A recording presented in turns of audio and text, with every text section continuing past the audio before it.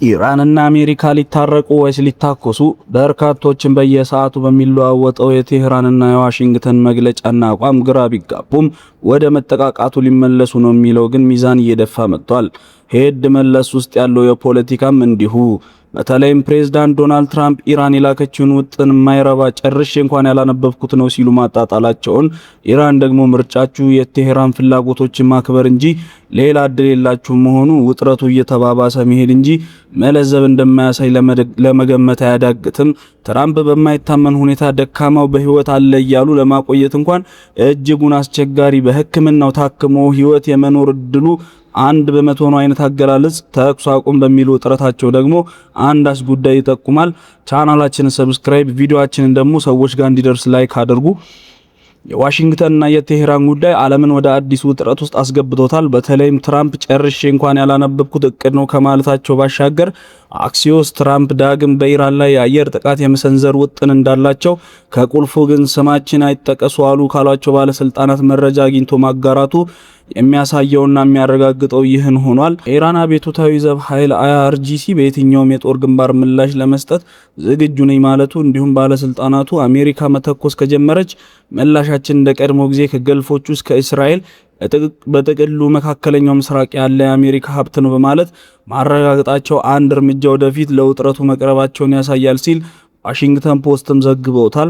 ትራምፕ ለማንበብ ጊዜን አልፈጅም ሲሉ እነ መሱድ ፔዜሽኪያን ለሰላም በር ከፍተናል፣ ግን ዋሽንግተን መቀበል አልፈለገችም ብለው ገልጸውታል። የፓኪስታን ኢስላማባድም ግዴታዬን ተወጥቻለሁ አይነት የሆነ መምጣቱም እስከ አፍሪካ ቀንድ የፖለቲካ ፈተና ውስጥ የሚያስገባው የሆርሙዝ ሰርጥ ጉዳይ ምናልባት በሰዓታት ውስጥ ወደ ሆነ አደገኛ አቅጣጫ ሊሄድ ይችላል የሚል ድምዳሜንም ተንታኞች ለማስቀመጥ በር ከፍቶላቸዋል።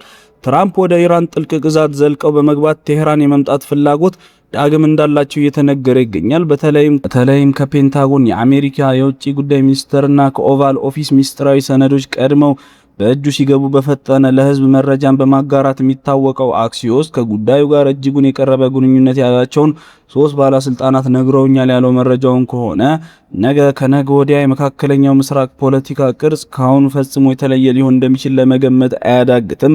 እንደ አክሲዮስ ዘገባ ትራምፕ ከብሔራዊ ደህንነት ቡድናቸው ጋር ቀጣይ ምን እርምጃ እንውሰድ ስለሚለው ለመነጋገር ቀጠሮ ይዘዋል።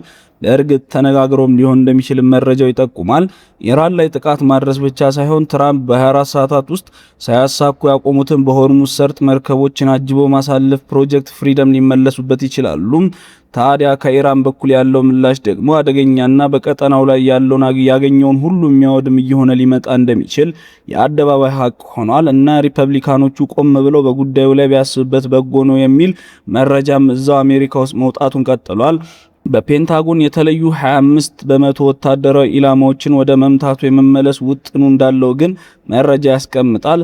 ዋሽንግተን ፖስት የሲኤንኤንን ግምገማ ተመልክቶ ባወጣው መረጃ ደግሞ ኢራን 75% የሚሆነውን ከቅድመ ጦርነት ማለትም ከውጥረቱ በፊት ወደ ነበረው ተንቀሳቃሽ ማስወንጨፊያ ስርዓቶችና 70% ሚሳኤል አቅሟን መልሰዋለች የሚለውን ያረጋገጠ ሆኗል። ይህ ደግሞ ኢራን የትኛውንም የአሜሪካን ጥቃት ለመቋቋም አቅም እንዳላት የሚያመላክት ነውና ጉዳዩ ለዋሽንግተን ፖለቲከኞች ውስብስብ በመሆኑ ጉዳዩ የአደባባይ ሀቅ ነው ተብሏል። የአሜሪካን ባህር ኃይል ከ3 እስከ 4 ወር በትንሹ ገትረው መያዝ እንደሚችሉ ያረጋግጣል። ታዲያ ከወራት በኋላም የአጋማሽ ዘመን ሚድተርም ምርጫ የሚጠብቃቸው ዶናልድ ትራምፕ ኢራንን ከእንግዲህ እስከ 4 ወራት ተዋግተው የመዝለቅ ውጤቱ ካላቸው ምርጫውን ተሸንፈው ወደ ፕሬዝዳንት ኢምፒችመንት ለዲሞክራቶች ተመቻችተው መጠበቅ ይሆንባቸዋል እና ቴህራንን አይነኳትም የሚሉም አልጠፉም። በፕሮጀክት ፍሪደምስ መንቀሳቀስን ያልደገፈችው ሳውዲ አረቢያ የጦር ሰፈሬንም ሆነ አየር ክልልን አሳልፍ ያልሰጥም ማለች በሚለው መረጃ ደግሞ ኤንቢሲ በኩል ቀደም ሲል መውጣቱ ጉዳዩን ለፕሬዝዳንት ዶናልድ ትራምፕ አጣብቂኝ ያደርግባቸዋል። የኢራን ተኩስ አቁም ስምምነት ሊጣስ ጫፍ ላይ ነው ያሉት ትራምፕ ወር የደፈነው የተኩስ አቁም በህይወት የመቆየት ነገር ግን እንጃም ሊወድቅ ሄድ መለስ ላይ ነው ባሉበት አጋጣሚ ደግሞ በእርግጥም አንዳንድ ጥያቄዎችን ለማንሳት እድል ይሰጣልም ተብሏል። ትራምፕ ይህንን ሲሉ የኢራን ፓርላማ አፈ ጉባኤ መሐመድ ጋሊባፍ ለማንኛውም የአሜሪካ ወረራ አጸፋዊ ምላሽ ለመስጠት እንዳስፈላጊነቱ ትምህርታቸውንም እዛው ለመስጠት ዝግጁ ነን በሚል አቋማቸውን ይፋ ማድረጋቸው ውጥረቱ ምን ላይ እንዳለ ለመገመት ወታደራዊ አዋቂ መሆንን ላይ ጠይቅ ይችላል። በተለይም ኢራን ጦርነቱን ለማስቆምና የሆርሙዝ ሰርጥን ለመክፈት ለአሜሪካ በፓኪስታን በኩል ያቀረበችው ውጥን ተቀባይነት አለማግኘቱ ሪፐብሊካኑ ትራምፕ በጭራሽ የማንወስደውና ቆሻሻ ነው በሚል አጣጥለው ጉዳዩ መሬት ላይ እንዳያርፍ ማድረጋቸው ከትላንት ዛሬ ላይ ቴህራን ዋሽንግተን መከራ ውስጥ እንደሆኑ ምስክርነትን ይሰጣል።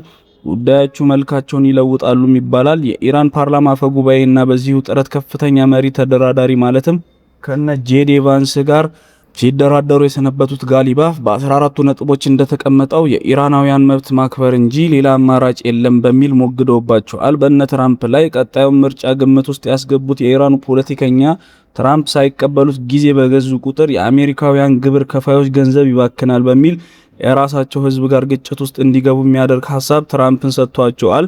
አሜሪካና ምርጫና ግብር ምን ያህል የአሜሪካን ድምጽ ሊለውጥ እንደሚችል የተረዱት ጋሊባፍ ይህኛውን እርምጃም ከህዝብ ጋር አሳስረውባቸዋል። ትራምፕ ኢራን ላለፉት 47 ዓመታት በአሜሪካና በቀሪው ዓለም ላይ ጨዋታ ላይ ሰንብታለች፣ ከእንግዲህ አይስቁም ለምን አሉ የሚለውን ጥያቄ ለመመለስ መሞከር ብቻ በሁለቱ ኃይሎች መካከላዊ ቀሪ ጦርነት በቅርቡ እንዳለ ጠቋሚ አድርጓል። ለዛሬ ያዝነው መረጃ ይህ ነው። ቪዲዮአችንን ሌሎች ሰዎች ጋር እንዲደርሱ ላይክ በማድረግ እንዳይዘናጉ። ሰላም በእናንተ ላይ ይስፈን።